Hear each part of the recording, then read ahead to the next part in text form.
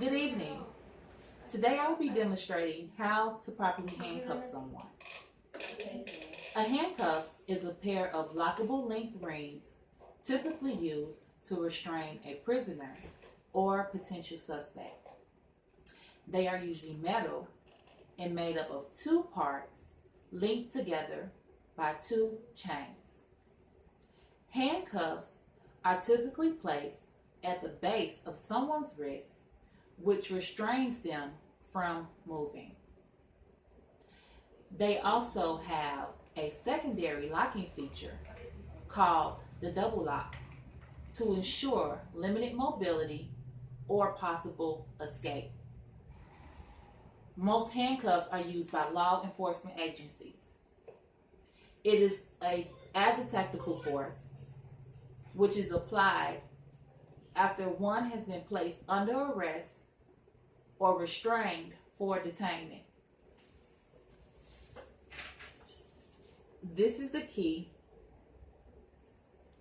that starts the double locking technique. It also is used to unhandcuff someone after detainment.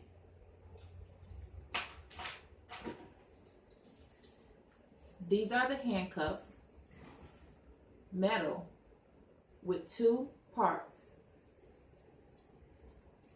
linked together by two chains.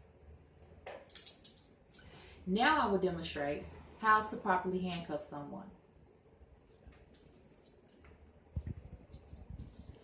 Although there are many techniques to use the handcuff, I will be using the pistol grip, which with significance of where I place my knuckles between the two parts linked together, called the pistol grip, to handcuff my volunteer. I will place her hands in the front for easier sight. You're being put under arrest.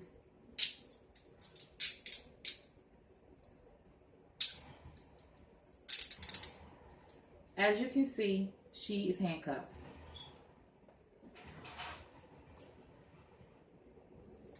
I will use the key to unhandcuff her.